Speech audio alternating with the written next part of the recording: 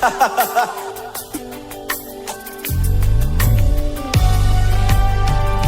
Lord. Est-ce que tu peux pousser le cri de joie? Des cris de victoire au Seigneur.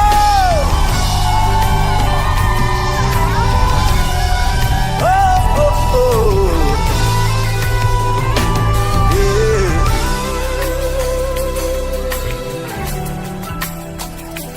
Je n'oublie aucun de tes bienfaits. À chaque fois que j'y pense, mon cœur est rempli de paroles pour te louer. Des paroles pour te louer. Oh, oh. Lève les mains. Je n'oublie aucun de tes bienfaits. Bien-aimé, alléluia dans le Seigneur. Shalom, shalom, bien-aimé. Aujourd'hui, c'est un dimanche de grâce, bien-aimé.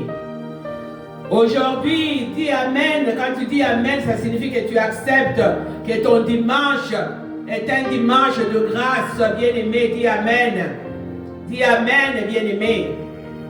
Ton dimanche aujourd'hui est un dimanche de grâce, est un dimanche de bénédiction, est un dimanche de paix, est un dimanche de joie, est un dimanche, bien-aimé, où tu dois célébrer l'Éternel, où tu dois dire Alléluia, parce que lui, il combat.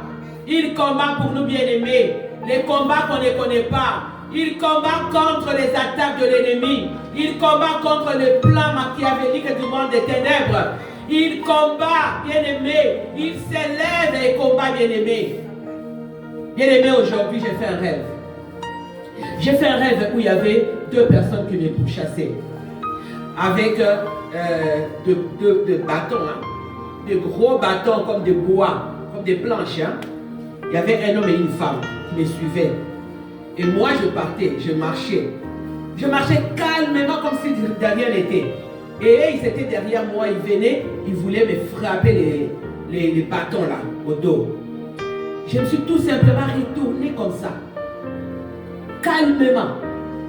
La botoli, nous étions du baya koyalo avec les gopemé nanga. La botoli. La banda ko beta bango. La beta batuna ngene wala te na bobo nanga. Na beta mususu na bakati mbango. Na beta o mususu avec dans cette na beta bango, je les fais frapper réglementaire. Vous comprenez pourquoi vous devez dire Alléluia chaque matin. Vous devez glorifier le Seigneur bien-aimé. Ce qu'on voit dans le rêve là, c'est la réalité. Ce n'est pas un rêve, c'est la réalité. Que Dieu te montre que voilà comment tu es combattu, comment on veut te combattre. Bien-aimé, moi quand je pars dormir, je dis toujours Seigneur, que mon esprit refuse tout ce qui n'est pas de toi. Que mon esprit soit fort et autoritaire dans mon rêve.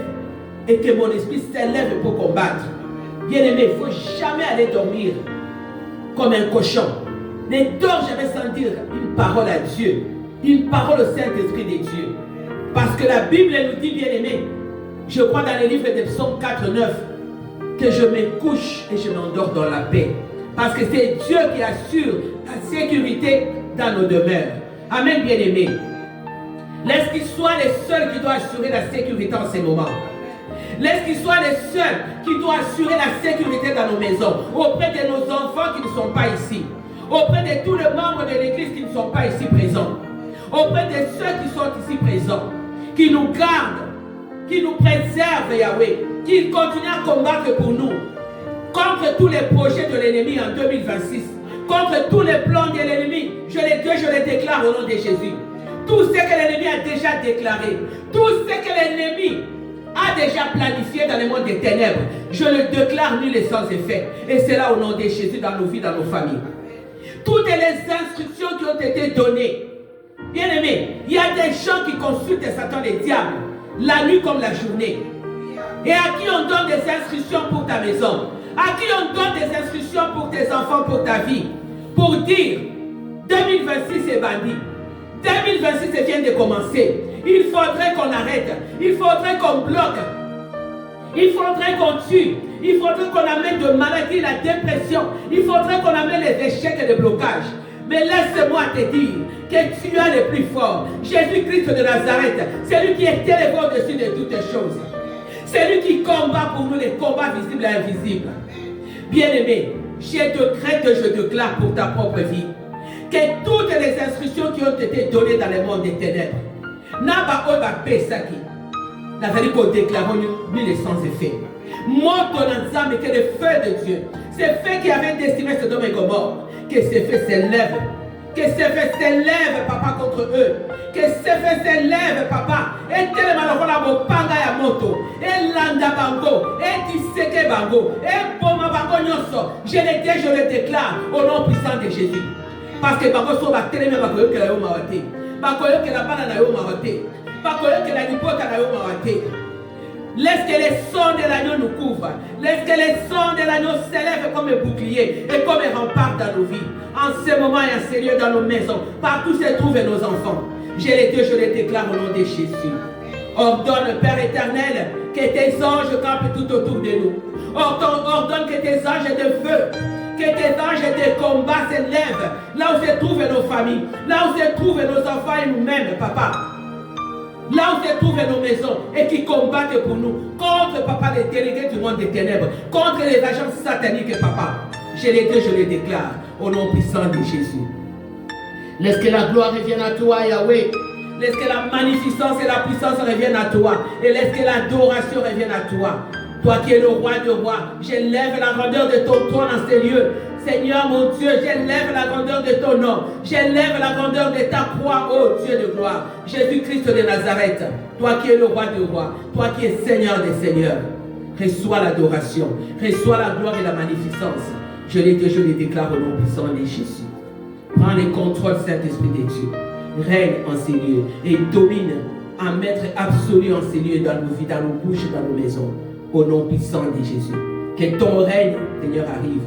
Que ton règne s'installe, Papa, en ces lieux. Que ton règne s'installe dans nos vies, dans nos cœurs, dans nos maisons, dans nos familles, dans les cœurs de nos enfants, dans leurs bouches, dans nos âmes, corps, esprit et vie, et dans cette vie d'Hamilton. Je les déclare. Au nom puissant de Jésus-Christ de Nazareth. Nous avons ainsi prié, nous disons Amen. Amen, amen, amen, bien-aimés. Aujourd'hui, bien-aimés, comme j'ai dit, c'est un dimanche de paix. C'est un dimanche de grâce. C'est un dimanche de bénédiction.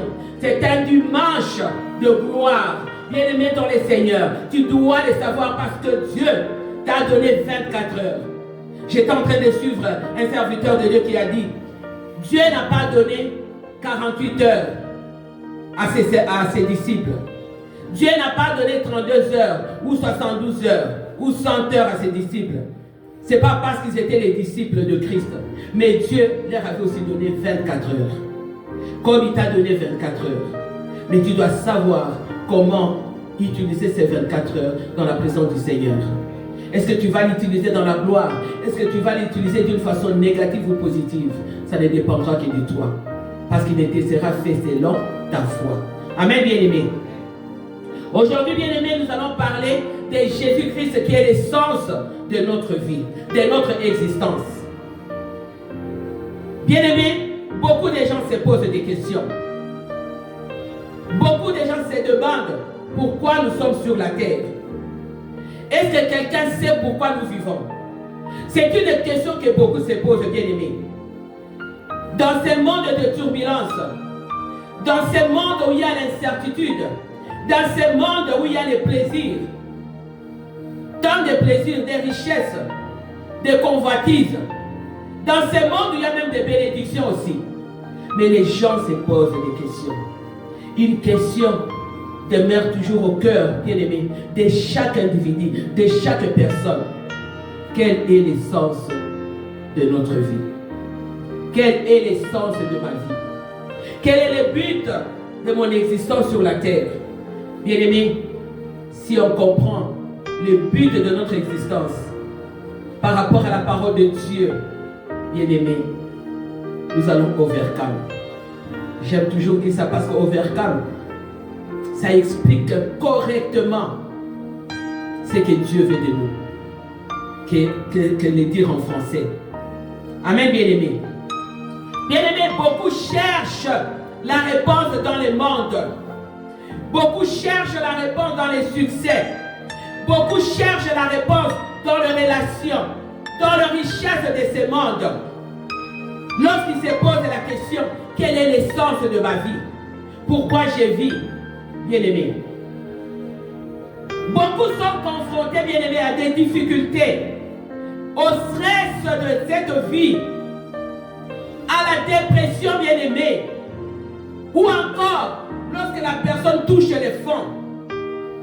Ça signifie que la personne va de crise en crise, bien-aimés. Alors là, on commence maintenant à se poser des questions. Pourquoi suis-je sur la terre? Quel est l'essence de ma vie? Mais j'ai lisé quelque part hier, Richard Nixon, qui était le président des États-Unis, n'est-ce pas? Il a dit, il a posé la question, lui a dit, quelle est l'essence de notre vie? Et il a répondu, il a dit, peut-être que l'essence de notre vie est une crise après une autre crise. Voilà comment lui l'avait réfléchi. Voilà comment lui l'avait raisonné. Que l'essence de notre vie, c'est une crise qui vient et une autre crise vient encore. Une crise après une autre crise. Pourtant, bien-aimés, la foi chrétienne, la parole de Dieu nous confirme une autre vérité fondamentale, bien-aimés. Cette vérité-là, qui est différente de la vérité de Nixon, de la vérité de ceux qui se posent des questions en dehors de la parole de Dieu. Amen, bien-aimés. L'essence de notre vie, bien-aimée, n'est pas une pensée. L'essence de notre vie, bien-aimée, n'est pas une philosophie, bien-aimée. Mais l'essence de notre vie, c'est Jésus-Christ.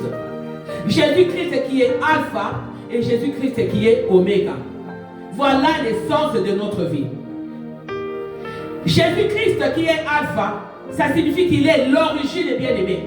Qu'il est la source de toutes choses. Qu'il est la source de notre existence. Comme la source, je peux dire, la source de l'embouchure du fleuve Congo. Le fleuve Congo a une source. Le fleuve Ontario ou le lac Ontario a une source, bien-aimée. L'enfant cherchera ou quelqu'un cherchera à comprendre d'où provient le lac Ontario. Donc le lac Ontario a une source. Cette source-là qui ramène jusque dans le lac Ontario. Si je suis arrivé aujourd'hui à prêcher sur ça, bien-aimé, j'étais sur TikTok. Je suivais un garçon qui était dans sa cuisine. Et ce garçon-là a commencé à parler. Ce n'est pas le seul garçon que j'ai suivi. Hein. Je crois que cette semaine, Dieu voulait vraiment que j'écoute ça. J'ai suivi comme 3 ou 4 personnes qui parlent du sens de la vie. L'autre qui dit, à quoi bon? J'étudie, je fais ceci, je travaille, je me poumonne. De la même façon que ces garçons-là. Je me réveille le matin, je mange. Je me réveille le matin, je vais chercher du travail. J'étudie, j'ai des diplômes. Je me bats pour avoir la voiture, pour avoir la maison. Mais à la fin, on perd tout ça, on meurt. Alors quelle est l'essence de ma vie sur la terre? Quelle est l'essence de ma vie? Bien-aimé, l'essence de notre vie, bien-aimé, commence lorsque on comprend d'où on vient et où on part. Si vous comprenez cela, bien-aimé, vous n'allez pas vous poser beaucoup de questions. L'essence de la vie, bien-aimé, ne peut être compris correctement que dans notre relation avec Dieu. C'est comme ça qu'on peut comprendre l'essence de la vie. Quand je suivais les garçons, c'est comme ça que le Saint-Esprit de Dieu a commencé à me parler. Je résonnais en même temps qu'avec les garçons. Et quand il a fini, j'ai dit, tu n'as pas compris. Je lui parlais comme s'il m'écoutait. J'ai dit, tu n'as pas compris. Mais pour comprendre l'essence de notre vie bien-aimée, on doit créer cette relation-là avec Dieu. Et c'est seulement là qu'on va comprendre comme Jean 1,4 nous dit. Si nous lisons, nous avons déjà Jean 1,4 au tableau déjà. Si nous lisons dans Jean 1,4, la parole de Dieu nous dit ceci. Au commencement était la parole. Et la parole était avec Dieu. Et la parole était Dieu. La même parole, elle s'est fait chair. Elle était au commencement avec Dieu. Cette parole ne s'est pas détachée avec Dieu. Ne s'est pas détachée de Dieu. Elle était toujours avec Dieu. Et on dit, toutes les choses ont été faites par elle. Et rien de ce qui a été fait n'a été fait sans elle, sans cette parole. En elle était la vie, et la vie était la lumière des hommes. Cette parole, c'est Jésus-Christ bien-aimé. C'est la lumière, c'est ça la vie. Si on veut comprendre l'essence de la vie bien-aimée, on doit nous appuyer sur la parole de Dieu. Cette parole qui était avec Dieu. Cette parole qui était Dieu. Et cette parole qui était au commencement avec Dieu.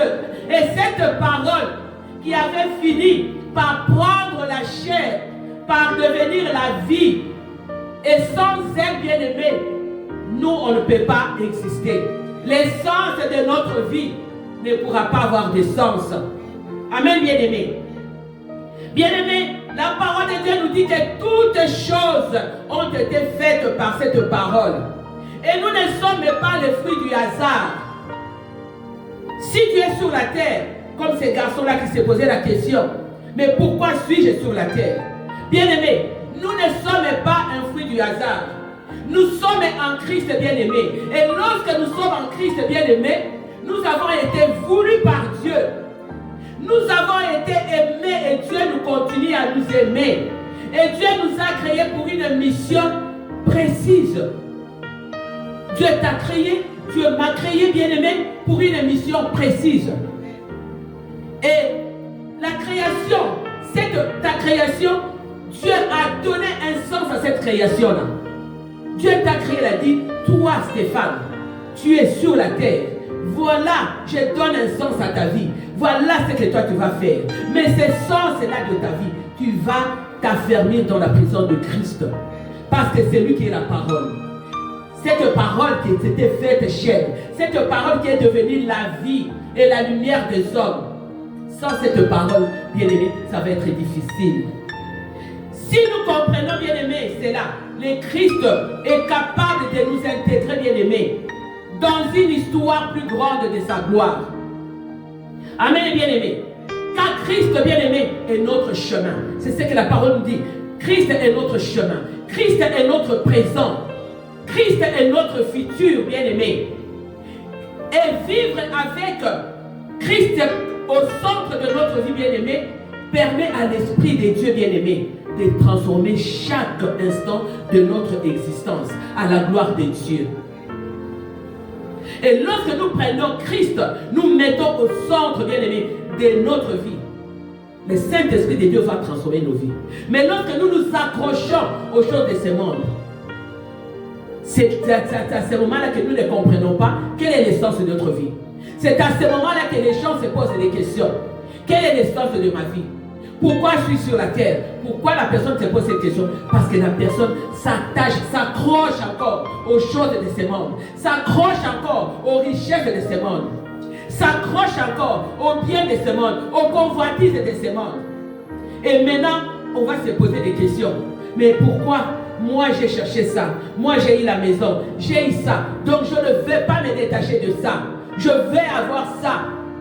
Mais lorsqu'on comprend que Christ est au centre de nos vies, Christ est l'essence même de nos vies, bien-aimés, on va se détacher du monde. Sans cela, il y aura toujours un vide, bien-aimé, dans notre cœur. Il y aura ce vide-là jusqu'à ce que ce vide-là soit rempli, bien-aimé, par le Saint-Esprit de Dieu, par Christ, bien-aimé. Sans cela, lorsque nous lisons dans le livre de Jean 14, 6, bien-aimé, Jean 14, 6 nous l'explique correctement. Si nous ne comprenons pas cela, bien-aimé, nous allons continuer à nous poser des questions. Lorsque notre cœur est vide, notre cœur n'est pas rempli du Saint-Esprit de Dieu, notre cœur n'est pas rempli de Christ, nous allons nous poser mille et une questions. Comme nous allons aussi définir l'essence de notre vie, comme Richard Nixon avait défini, il a dit que c'est une vie de crise en crise. Aujourd'hui la crise vient, demain la crise s'installe. Aujourd'hui, la crise part, demain, la crise revient. Mais avec Christ, bien-aimé, la crise peut être là, demain, ça disparaît complètement. Pourquoi? Parce que lorsque tu remplis ton cœur avec le Saint-Esprit de Dieu, tu remplis ton cœur avec Christ, bien-aimé, ta vie aura un sens différent. Amen, bien-aimé. Dans le livre de Jean 14, 6, la Bible nous dit ceci. Jésus lui dit, je suis le chemin, je suis la vérité et la vie. Amen, bien-aimé. Nul ne vient au Père que par moi, Jésus-Christ de Nazareth. Donc, pour aller au Père, bien-aimé, il faut passer par Jésus-Christ. Il est la seule source, bien-aimé, de la vie éternelle. Sans Jésus-Christ, tu ne peux pas entrer dans la vie éternelle. Il est la porte, il est l'accès qui nous amène au Père. Sans Jésus-Christ, c'est ce que la parole de Dieu nous dit. Dans Jean 14, 6, il est le chemin. Il dit la vérité, bien-aimé. Je suis la vie. Nul ne vient au Père que par moi, Jésus-Christ. Donc si tu n'as pas Jésus-Christ, si tu n'as pas compris que dans ton cœur, dans ta vie, tu dois le remplir avec Jésus-Christ, avec le Saint-Esprit de Dieu, bien-aimé, tu vas continuer à te poser des questions. Tu vas continuer à te poser des questions sur l'essence de ta vie, sur ton existence sur la terre. Parce que nous sommes venus sur la terre avec un but bien précis. Moi, je ne crois pas que Dieu, en te créant, il a dit, toi, va sur la terre et deviens voleur. Je ne crois pas. Je ne crois pas que Dieu a dit, va sur la terre et échoue. Non, je ne crois pas. Dieu a donné un sens glorieux plutôt, à ta vie, bien-aimée. Un sens glorieux. Mais pour que ce sens-là glorieux prenne de l'importance, il faudrait que tu puisses demeurer dans la présence de Christ. Bien-aimé, dans la joie comme dans la souffrance, bien-aimé, il est celui qui marche à nos côtés. Voilà pourquoi il a dit qu'il est le chemin. Sur le chemin là, sur lequel tu marches, Jésus-Christ est là. Il est la vie. Mais là, tu dois, pour avoir la vie, il faut marcher sur le chemin de Christ. Si tu marches en dehors du chemin de Christ, tu n'auras pas de vie. Et tu vas te poser des questions sur l'essence de ta vie. Amen, bien-aimé. L'essence de notre vie, bien-aimé, ne réside pas dans l'absence de problèmes. Ce n'est pas parce que le sens de notre vie, c'est Christ, que nous allons dire, ah, nous n'aurons pas de problème. On aura des problèmes. Mais, dans la présence de Dieu, au milieu des épreuves, nous allons être dans la présence de Dieu. Nous aurons des problèmes et dans la présence de Dieu. C'est différent avec quelqu'un qui a des problèmes et qui est en dehors de la présence de Dieu. Qui n'est pas sur le chemin qui est Jésus-Christ. Parce que si tu es sur le chemin, sur la vie qui est Jésus-Christ, sur la lumière qui est Jésus-Christ, tu peux avoir des problèmes, mais tu vas overcome. Amen, bien-aimé. Bien-aimé, Christ n'est pas seulement l'alpha. Christ est l'oméga de notre vie. C'est lui qui commence avec nous, bien-aimés. C'est lui qui t'amène sur la terre et qui donne un sens à ta vie. Il te dit, va, je t'envoie. Va, tu es mon ambassadeur. Tu es mon ambassadrice. Va sur la terre. Voilà ta mission. Il donne un sens à ta vie, à ta mission. Et maintenant, il te dit que je ne suis pas seulement alpha. Je ne suis pas seulement la source. Je ne suis pas seulement l'accès au Père, mais je suis aussi l'oméga de ta vie, bien-aimée. Je suis aussi ta destination. Christ n'est pas seulement l'oméga, mais il est notre destination. Bien-aimé, lorsque tu marches sur le chemin qui est Jésus-Christ, donc tu marches sur une destination. C'est cette destination-là, bien-aimé, qui va t'amener au Père. Donc, tu dois mettre Christ au centre de ta vie, bien-aimé. Si tu n'as pas Christ au centre de ta vie, bien-aimé, ça va être difficile. Tu dois apprendre, bien-aimé, à comprendre que lorsque Christ est oméga de ta vie, il est ta destination, bien-aimé, tu dois changer ton regard. Cela veut dire que tu dois sortir, bien-aimé. Tu dois sortir d'une vie qui tourne en rond. Aujourd'hui, tu es là, tu ne fais que tourner en rond. Tu retournes là. Là où il y avait l'impudicité. tu regardes, tu tournes là. Là où il y avait le mensonge, tu tournes là. Là où il y avait la duplicité, tu tournes là. Là où il y avait je ne sais pas quoi, tu ne fais que tourner là. Bien aimé, tu dois sortir de là. Tu dois sortir de cette vie qui tourne en rond, qui tourne là. Et tu dois changer de direction. Et cette direction va t'amener vers la destination qui est Christ. Amen, bien-aimé. Cette direction doit t'amener dans la destination de Christ. Voilà comment, bien-aimé, ta vie aura un sens. Ton existence aura un sens. Et c'est ce que Colossiens 2:3 nous dit. Colossiens 3, bien-aimé, nous dit ceci. Alléluia. Colossiens 2:3 plutôt, nous dit ceci. Afin qu'ils aient les cœurs remplis de consolation, qu'ils soient unis dans la charité et enrichis d'une pleine intelligence pour connaître le ministère de Dieu. Et ce ministère, c'est Christ. Le ministère de Dieu, le mystère de Dieu plutôt, c'est Christ. Le mystère qui était caché, révélé au monde, c'est Christ. Mystère dans lequel sont cachés, bien-aimés, tous les trésors de la sagesse et de la science. Donc lorsque ta vie est cachée dans ce mystère qui est Christ, bien-aimé, tu auras les trésors de la sagesse de Christ. Tu auras l'intelligence et la science de Christ, bien-aimé. Bien-aimé, Colossiens 2:3 nous dit ceci, que le but de la vie, ce n'est pas autre chose. Ce n'est pas les choses de ce monde, bien-aimé. Même la Bible nous dit qu'ils sont remplis de consolation, unis dans la charité et enrichis d'une pleine intelligence. Le but de ta vie, ce n'est pas ça. Le but de ta vie, c'est le mystère de Christ, qui est Christ. Paul, quand il est dit, Paul veut dire ceci, il veut tout simplement expliquer que le but de la vie, bien-aimée, c'est de tourner autour de Jésus. Le but, le centre de la vie, bien-aimée, tourne tout autour de Jésus. Et il savait que c'est Christ qui réalise toutes choses. C'est pourquoi il a dit, pour connaître le mystère de Dieu, savoir Christ.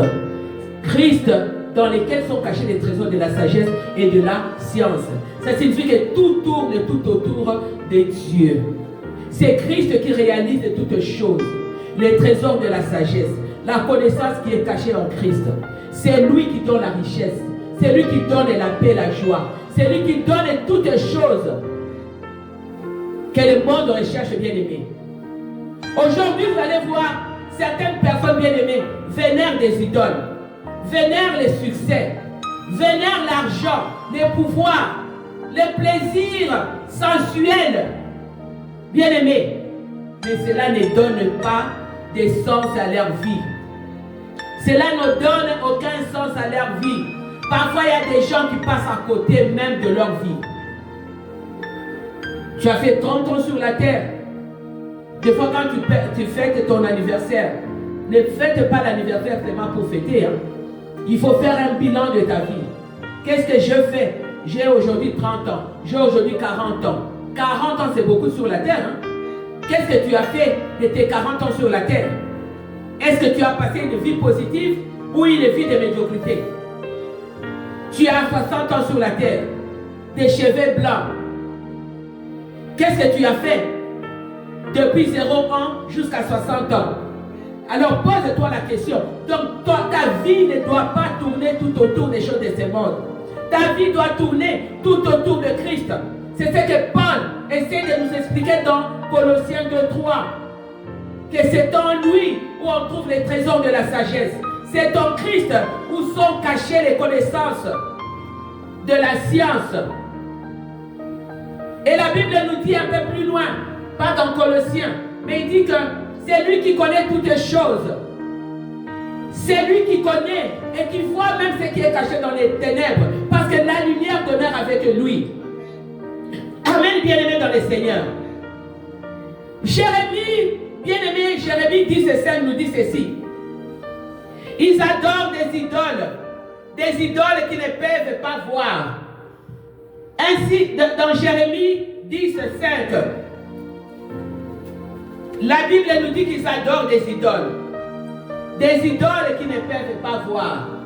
Des idoles qui ne peuvent pas parler. Des idoles qui ne peuvent pas marcher. Mais ils adorent les idoles. Il dit, ces dieux sont comme une colonne massive. Donc une colonne qui est là. Comme c'est cette colonne ici. Cette colonne-là, depuis qu'on a commencé, elle ne bouge même pas. Elle est là. On dit, il ne parle point. La colonne ne parle pas. On les porte.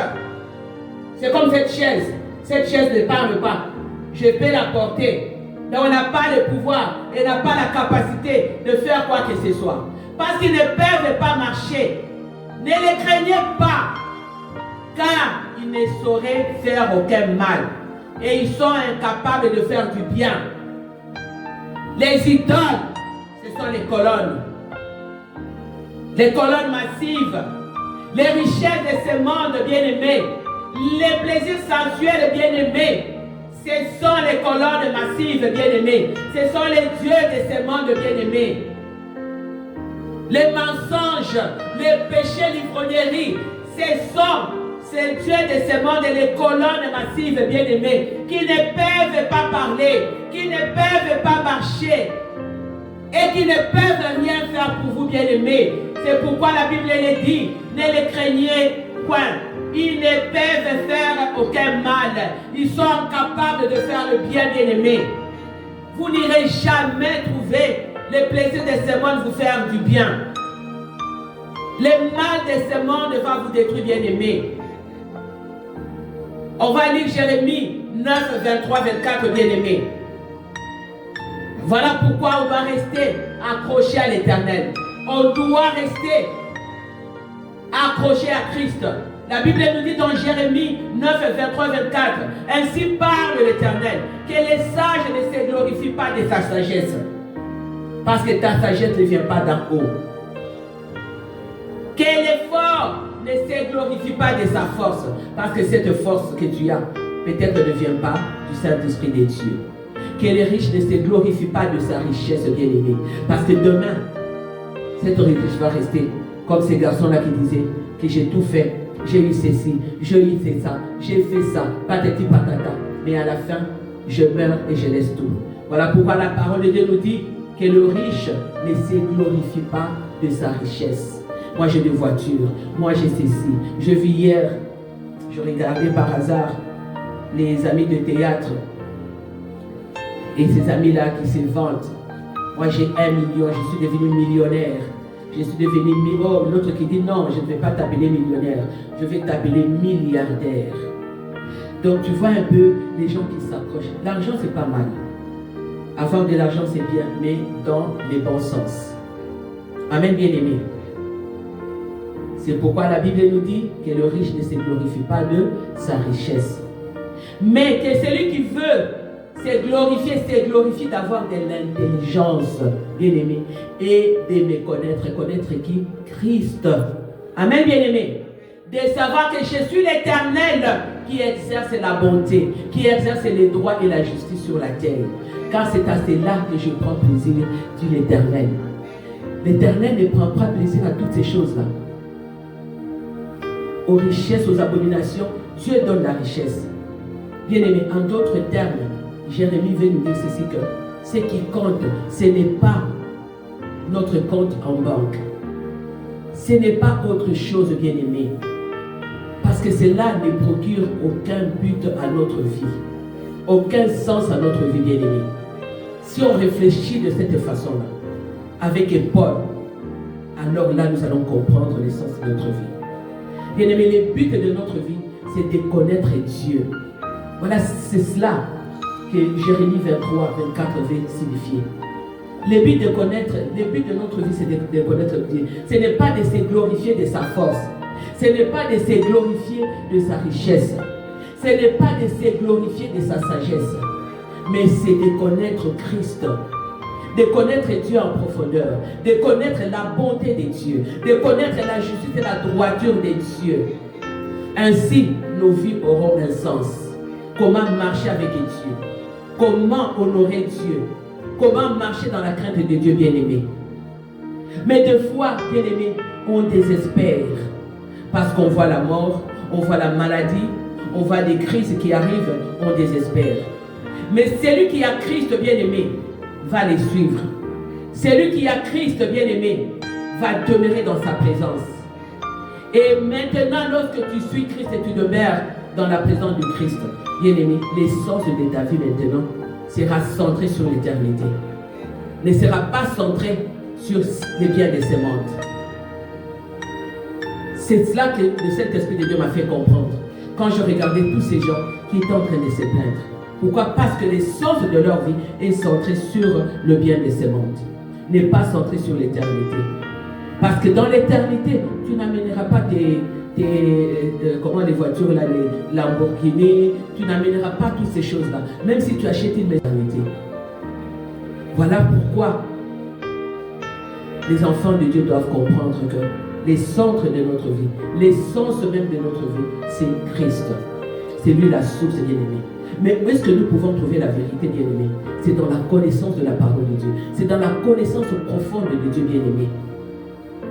C'est vivre, c'est en vivant une vie d'abondance. Cette vie que Dieu nous promet. Amen, bien-aimé. Comme la Bible nous dit dans les livres qui n'est pas là-bas, dans les livres de Jean 17, qui n'est pas là-bas, ne cherche pas là-bas, dans les livres de Jean 17, 3, la Bible nous dit ceci, bien-aimé. Or, la vie éternelle, bien-aimé, c'est qu'ils te connaissent, la vie éternelle, qu'ils connaissent qui? Christ, qu'ils connaissent le seul vrai Dieu, et c'est lui que tu as envoyé, qui est Jésus-Christ. Qu'ils connaissent ces dieux-là. Bien-aimé, si tu ne connais pas Christ, bien-aimé, tu n'entreras pas dans la vie éternelle. Pour résumer, quelle est l'essence de nos vies? Lorsque je parle de l'essence, comme l'essence qu'on dit essence, carburant. Quelle est l'essence de notre vie?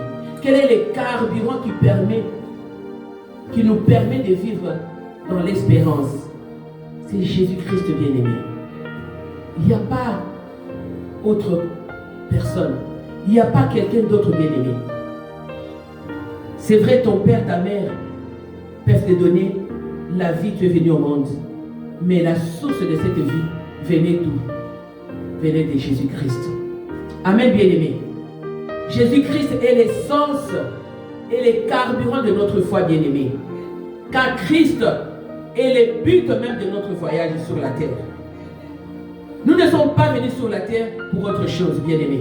Nous sommes nés d'un père, d'une mère. Mais lorsque, bien-aimé, tu trouves l'essence de ta vie, c'est que tu as trouvé aussi Christ. Les trouver, bien-aimé, c'est trouver l'essence fondamentale, bien-aimé, et éternelle de ton existence. Paul nous dit ceci dans les livres de Philippiens 1, 21, que je vais lire ici dans la Bible. Philippiens 1, 21 nous dit ceci, bien-aimé. On va les lire au nom de notre Seigneur Jésus-Christ. Car Christ est ma vie et la mort m'est un gain. Amen, bien-aimé. Il dit Christ est ma vie. Donc si Christ n'est pas ta vie, bien-aimé, tu es perdu. Il dit Christ est ma vie et la mort m'est un gain. Bien-aimé, nos vies doivent rendre gloire à Dieu.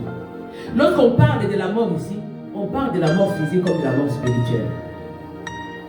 Donc on doit mourir, même si on ne meurt pas physiquement, mais on doit mourir aussi dans notre comportement, dans notre manière de faire des choses, dans notre manière de vivre, bien-aimé.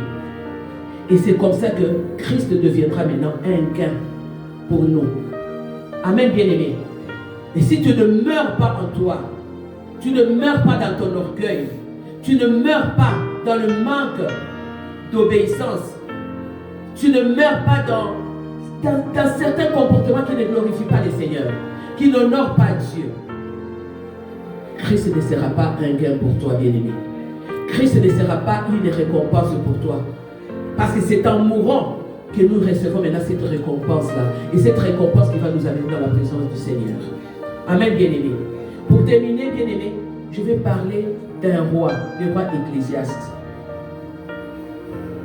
Ce roi-là cherchait, bien-aimé, son épanouissement personnel. Mais il avait fini par comprendre une chose. Qu'en cherchant les choses de ce monde, bien-aimé, qu'en cherchant les plaisirs de ce monde, qu'est-ce que Ecclésiaste a dit? Il avait trouvé que toutes ces choses-là n'étaient absolument rien. Et il a déclaré, il a dit, vanité des vanités. Tout est vanité. Rien que la poursuite du vent. Tout ce que nous poursuivons sur la terre est vanité. C'est la poursuite du vent, bien-aimé. C'est pour dire que les plaisirs de la vie sont nuls, sont éphémères. Je vois des gens qui mettent sur la table des bières, des bouteilles de bière, ils boivent. Ils disent, nous autres, c'est mon corps. Mais c'est nul, c'est éphémère, bien-aimé. Les relations humaines, c'est ce que Ecclésiaste avait compris. Même les relations humaines, bien-aimées, finissent par se gâter un jour. Ça signifie que tout est éphémère. Tout est nul. Tu peux avoir un ami aujourd'hui, demain, il te quitte. Ou demain, il meurt. Ou il ne veut plus de toi. Tu peux avoir une mari ou une femme, un époux ou une épouse. Demain, donc, tout est éphémère. C'est comme ça que lui l'avait compris, il a dit, vanité des vanités. Tout est vanité et rien que la poursuite du vent, bien-aimé. Mais si nous prenons Jésus-Christ, nous les mettons au centre de nos vies, lui, il va donner un sens à nos vies, bien-aimées. Et nos vies auront le sens, bien-aimé, de celle qui vit dans la présence du Seigneur. Et pour que ta vie puisse avoir un sens, tu dois vivre dans l'obéissance. Dans l'obéissance de Christ, bien-aimé. Tu dois honorer Dieu, bien-aimé. Et tu dois vivre pleinement pour Dieu. Et tu dois vivre cette vie en Christ. Ce qui te permet, bien-aimé,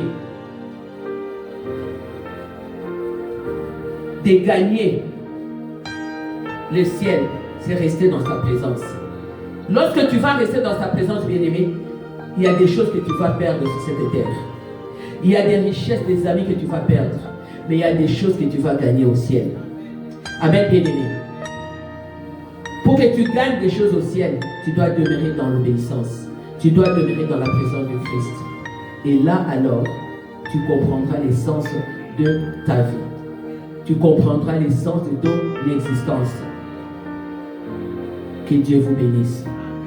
Aujourd'hui, bien-aimé dans les Seigneurs, je m'adresse à toi qui me regarde et qui me suit sur les réseaux.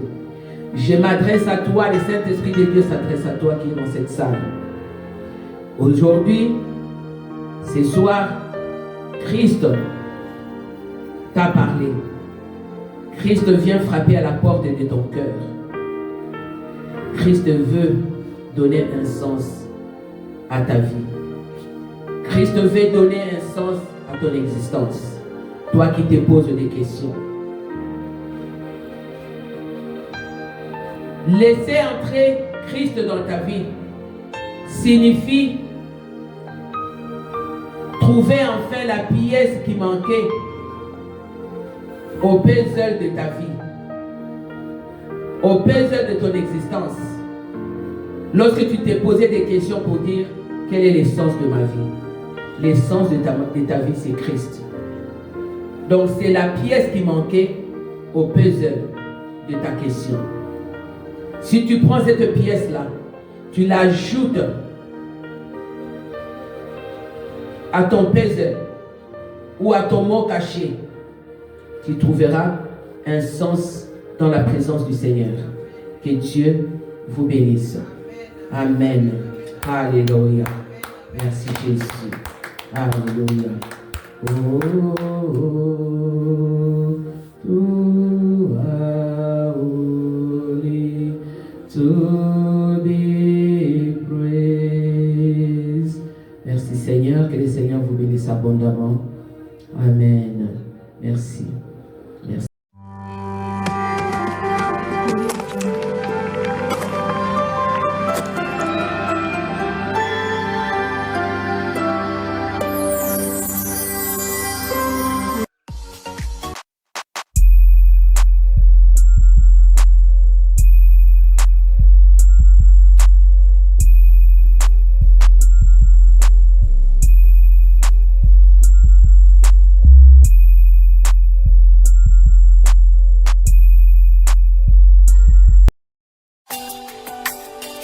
Yes,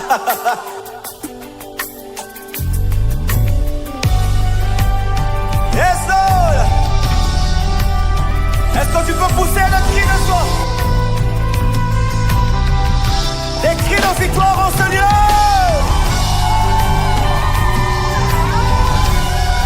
Oh, oh, oh.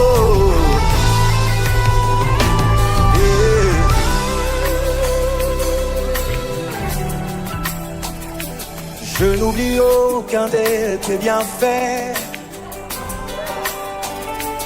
À chaque fois j'y pense, mon cœur est rempli de paroles pour te louer. Des paroles pour te louer. Oh, oh. Lève les mains. Je n'oublie aucun de tes bienfaits.